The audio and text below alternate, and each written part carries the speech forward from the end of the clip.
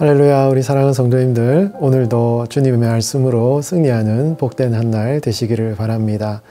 오늘은 우리 신명기 20장 10절에서 16절까지의 말씀을 함께 묵상해 보도록 하겠습니다. 제가 먼저 말씀을 봉독해 드리겠습니다. 내가 어떤 성읍으로 나아가서 치려할 때에는 그 성읍에 먼저 화평을 선언하라.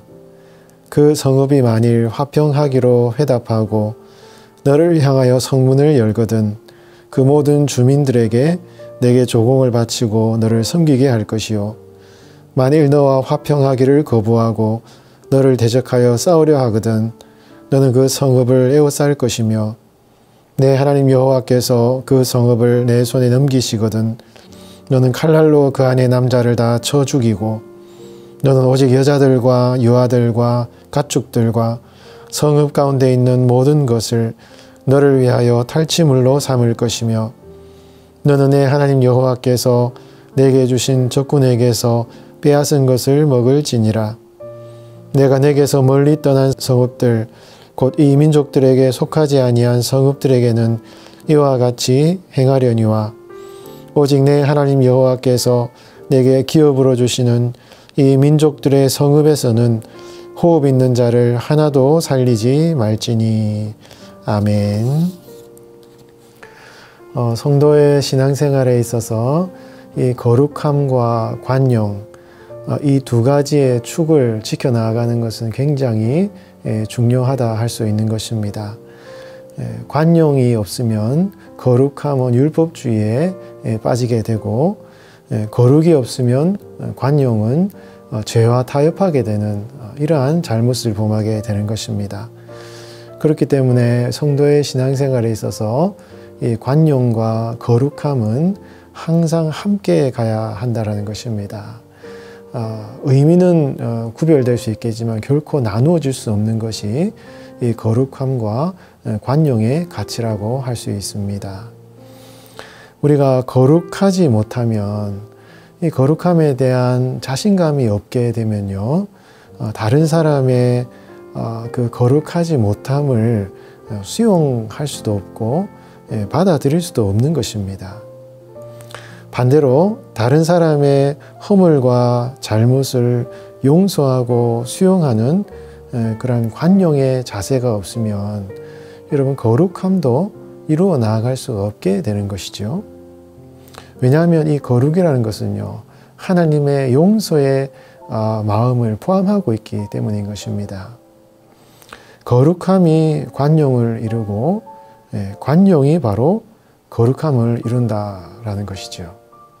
그래서 항상 성도들은 세상의 죄에 물들지 않고 또 타협하지 않기 위해서 항상 기도하고 애써야 할 뿐만 아니라 다른 사람의 부족함에 대해서도 관용하고 수용하는 태도를 가져야 할 것입니다. 오늘날 우리 여러 가지 이슈가 되고 있는 이 윤리적인 여러 가지 문제들에 대해서도 이 거룩과 관용이 서로 조화를 이룰 때에 우리 교회는 바른 판단력을 가지고 그러한 문제들에 대해서 대처할 수가 있게 되는 것이죠. 거룩의 입장에서는 결코 그러한 윤리적인 문제에 대해서 우리가 타협해서는 안 될 것입니다. 그럼에도 불구하고 우리 성도들은 이 거룩함의 문제 앞에서 거룩하지 못한 세상을 향하여서 그들을 용서하고 또 사랑하는 그러한 태도를 가질 수 있어야 한다는 것이죠. 오늘 성경 본문은 하나님께서 이스라엘 백성들로 하여금 가나안 땅을 정복하는 과정에서 그 전쟁에 대한 서로 다른 규례들을 제시하고 있음을 볼 수가 있습니다. 하나님께서는 이스라엘 백성들에게 주신 그 가나안 땅, 그 기업의 땅에 향하여서는 철저하게 멸망시킬 것을 명령을 하고 있는데요. 오늘 본문 16절 말씀에 이렇게 기록을 하고 있습니다. 오직 내 하나님 여호와께서 내게 기업으로 주시는 이 민족들의 성읍에서는 호흡 있는 자를 하나도 살리지 말지니라고 명령하고 있습니다. 하나님께서 기업으로 주시는 가나안 땅에는요, 어떠한 이방 민족들도 심지어는 짐승까지도 완전히 멸망시켜라 라고 말씀하고 있습니다. 여기에서 호흡이 있는 것은 하나도 살려두지 말라라는 이 호흡이 있는 것은요, 사람만을, 인간만을 의미하는 것이 아니라 호흡하는 모든 동물, 짐승까지도 다 포함을 하고 있는 표현인 것입니다. 사람이든 짐승이든 모든 것을 다 철저하게 멸망시켜 버려야 한다라고 하나님께서 이스라엘 백성들에게 명령하고 있는 것이죠. 여러분, 이러한 하나님의 명령을 들으면 어떻게 참 사랑의 하나님께서 이스라엘 백성들에게 이런 명령을 내릴 수 있는가라고 질문을 할 수도 있을 것입니다. 그러나 여러분, 하나님은 사랑의 하나님이시면서 동시에 공의와 심판의 하나님이시라는 것을 우리가 잘 알고 있지 않습니까? 여러분, 하나님께서 이스라엘 백성들을 애굽에서 430년이라는 긴 시간 동안 이제 종살이를 하게 하신 것은요, 이 가나안 땅에 이 살고 있는 이방 민족들의 그 죄악이 관영하지 않았기 때문이라고 성경이 표현을 하고 있습니다. 그 기다림은요, 이 가나안 백성들의 그 우상숭배 죄악들을 심판하기 위한 하나님의 기다림의 시간이었고, 하나님께서는 이스라엘 백성들이 가나안 땅에 들어가게 하심으로 말미암아 그 가나안 민족들을 심판하시려는 하나님의 의도가 있었다라는 것이죠. 여러분, 이스라엘 백성들은 하나님의 심판의 도구로서도 쓰임을 받았다라는 것입니다. 그래서 여러분, 하나님께서는 이스라엘 백성들로 하여금 가나안 땅에 들어가서 그 땅에 사는 이민족들을 철저하게 멸망시킬 것을 명령하셨다라는 것이죠. 여러분, 이것은 오늘날 성도들의 삶에도 마찬가지인 것입니다. 이스라엘 공동체는요, 오늘날 교회 공동체를 의미하지 않습니까? 하나님께서 허락하신 이 교회 공동체가 이 복음 안에서 예수님을 믿는 교회 공동체는 철저하게 이 죄악 가운데 물들지 않고 교회의 그 거룩성을 지켜나가야 된다라는 것을 명령하고 있는 것입니다. 혹시 교회 안에 잘못된 신학이나 가르침이 교회에 들어오지 않도록 이에 대해서 철저하게 반응하고 대처해야 되는 것이죠. 이 죄를 합리화시키거나 잘못된 가치관이 교회에 들어오지 않도록 우리는 교회가 말씀의 진리 안에, 성경의 진리 안에 정말 제대로 서 있을 수 있도록 정말 교회의 거룩성을 잘 지켜나가야 한다는 것입니다.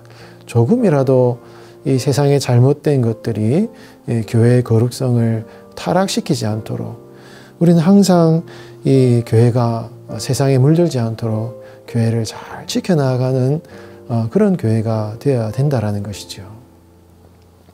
그럼에도 불구하고 여러분, 오늘 본문 말씀에 보면 하나님께서 허락하신 가나안 땅의 기업 이외에는 저 멀리 있는 변방의 도시들에 대해서는 관용을 베풀라라는 이 전쟁의 규례가 나오고 있다는 것이죠.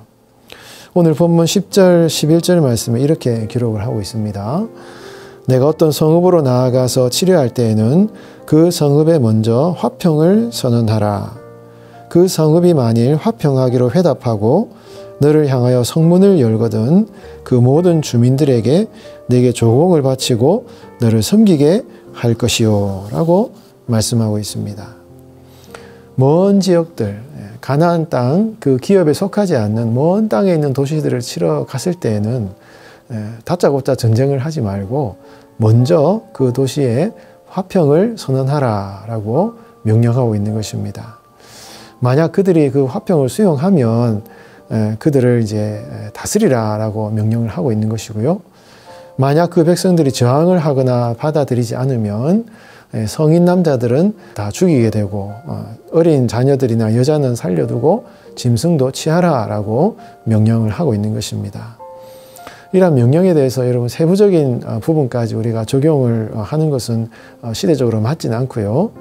이 전쟁에 대한 규례는 오늘 교회 공동체가 세상을 향하여서 복음으로 하나 된 교회 공동체를 넘어서는 이 세상을 향하여서 어떠한 태도를 취해야 할 것을 우리에게 교훈하고 있다는 것입니다.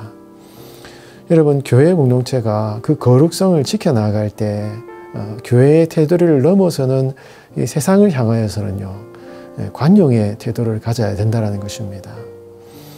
여러분, 교회 공동체가 거룩한 존재로 서 있을 때, 교회가 참된 거룩성을 지켜나갈 때 세상을 향하여서는 이 평화를 선포할 수 있어야 된다는 것이죠. 왜냐하면요, 이 세상은 하나님의 사랑이 필요한 대상이고, 하나님의 사랑은 오직 교회를 통해서만 그들에게 전해질 수가 있다라는 것이죠. 세상은 하나님의 사랑을 경험하기를 원하고, 교회는 그 하나님의 사랑을 전하는 하나님의 택한 공동체라는 것입니다. 그리고 우리 교회가 그 세상을 향한 그 사랑의 마음을 갖는 것이야말로 여러분, 참된 하나님의 거룩성을 지켜나가는 방식이 된다라는 것이죠. 여러분, 예수님께서 몸된 교회를 세우신 목적이 무엇입니까? 하나님을 떠난 세상을 주님께로 돌아오게 하는 것이 바로 교회를 세우신 하나님의 목적이 아니겠습니까? 우리는 그것을 늘 기억하고 교회의 본질은 바로 세상을 사랑하는 데 있고, 그렇게 세상을 사랑하는 것이야말로 교회의 거룩성을 지키는 방식이라는 것을 잊지 말아야 되는 것입니다. 세상에 물들지 않고 거룩한 신부와 같은 그 교회가 될 때, 여러분, 교회는 세상을 사랑으로, 관용으로 품을 수가 있게 되는 것이죠. 여러분, 악한 세상을 사랑으로 품는 그런 교회가 되어서 진정한 예수 그리스도의 거룩함을 이루는 교회가 될 수 있도록 여러분, 우리 할렐루야 교회 공동체를 위해서도 이 새벽에 여러분 기도해 주시기를 바랍니다.